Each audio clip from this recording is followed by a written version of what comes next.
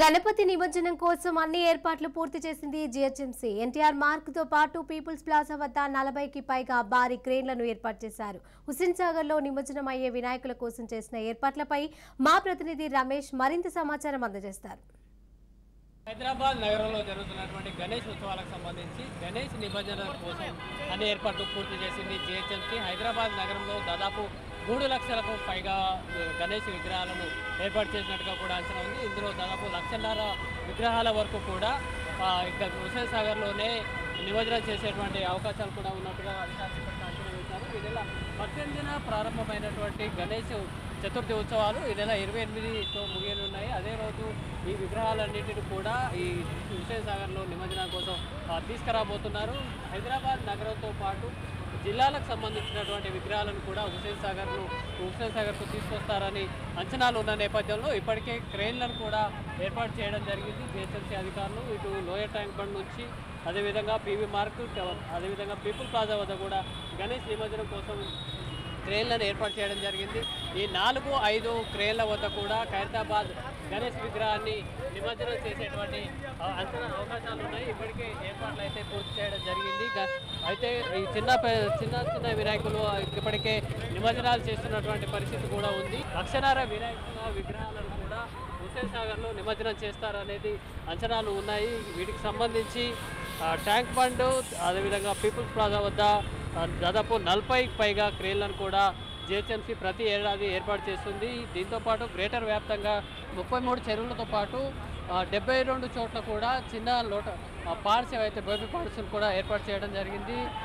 ముఖ్యంగా ఇప్పుడు tank బండ్పై 14, NTR మార్గులో 10, PV మార్గులో 10 క్రేన్లను కూడా జీహెచ్ఎంసీ అధికారులు ఏర్పాటు చేయడం జరిగింది. ఇప్పటికే చిన్న పెద్ద విగ్రహాలను కూడా కొంతమంది ఇక్కడికి తరలించి నిమజ్జనం చేస్తున్నటువంటి పరిస్థితి ఉంది. 28వ తేదీన అన్ని గణేష్ నిమజ్జనాలకు సంబంధించి నవరాత్రి ఉత్సవాలు పూర్తవుతున్న నేపథ్యంలో పెద్ద ఎత్తున ఇక్కడ భక్తులతో పాటు గణేష్ విగ్రహాల ర్యాలీ కూడా ఉంటుంది. దాదాపు 18 కిలోమీటర్లకు సంబంధించినటువంటి శోభాయాత్ర అనంతరం గణేష్ విగ్రహాలను హుస్సేన్ సాగర్లో నిమజ్జనం చేయనున్నారు. ఇప్పటికీ ఈ 18 కిలోమీటర్లకు సంబంధించినటువంటి శోభాయాత్ర జరిగే రూట్ ఏదైతే ఉంటుందో ఈ రూట్కు సంబంధించి పెద్ద విగ్రహాలు గణేష్ విగ్రహాలు ఏవైతే వస్తాయో వాటికి సంబంధించి చెట్ల కొమ్మలు అడ్డుగా ఉండేటువంటి పరిస్థితి ఉంటుంది. ఈ నేపథ్యంలో ఏదైతే అడ్డుగా వచ్చేటువంటి చెట్ల కొమ్మలను కూడా జీహెచ్ఎంసీ అధికారులు తొలగించడం జరిగింది. దాంతోపాటు విద్యుత్ శాఖకు సంబంధించినటువంటి అధికారులతో కూడా ఎప్పటికప్పుడు పర్యవేక్షణ చేయడం జరుగుతుంది. ఏదైతే ప్రమాదకరంగా ఉన్నటువంటి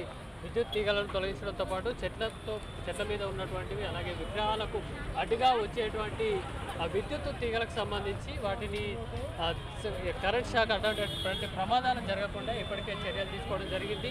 ఈ విగ్రహ నిమజ్జనాల కోసం వచ్చేటువంటి భక్తులకు సంబంధించి ఎలాంటి ఆటంకాలు కలగకుండా ఇక్కడ నిమజ్జనం జరిగే ప్రాంతంలో ఏదైతే ట్యాంక్ బండ్ పై కానీ ఎన్టీఆర్ మార్గ్లో అదేవిధంగా పీపుల్స్ ప్లాజా వద్ద కూడా భద్రతా ఏర్పాట్లను కూడా ఏర్పాటు చేయడం జరిగింది. వీటికి సంబంధించి డిఆర్ఎఫ్ బృందాలను కూడా ఏర్పాటు చేశారు. ఈ నిమజ్జనం చూసేందుకు భక్తులు పెద్ద సంఖ్యలో ఇక్కడికి చేరుకుంటున్నటువంటి పరిస్థితి ఉంది. ఎక్కడైతే ప్రతిరోజు కూడా గణేష్ విగ్రహాలు వస్తున్న నేపథ్యంలో ప్రమాదాల బారిన పడకుండా కూడా డిఆర్ఎఫ్ బృందాలు అదేవిధంగా ఎమర్జెన్సీ టీంలను కూడా ఏర్పాటు చేయడం జరిగింది. అదేవిధంగా పోలీసులు కూడా భద్రతా చర్యలను కూడా చేపడుతున్నటువంటి పరిస్థితి ఉంది. పీపుల్స్ ప్లాజా వద్ద కూడా దాదాపు 10కి పైగా భారీ క్రేన్లను కూడా ఏర్పాటు చేశారు. వీటన్నిటికీ సంబంధించి నిమజ్జన కార్యక్రమాలన్నీ సజావుగా సాగేందుకు మాత్రం జీహెచ్ఎంసీ అన్ని విధాలుగా చర్యలు తీసుకోవడం జరిగింది.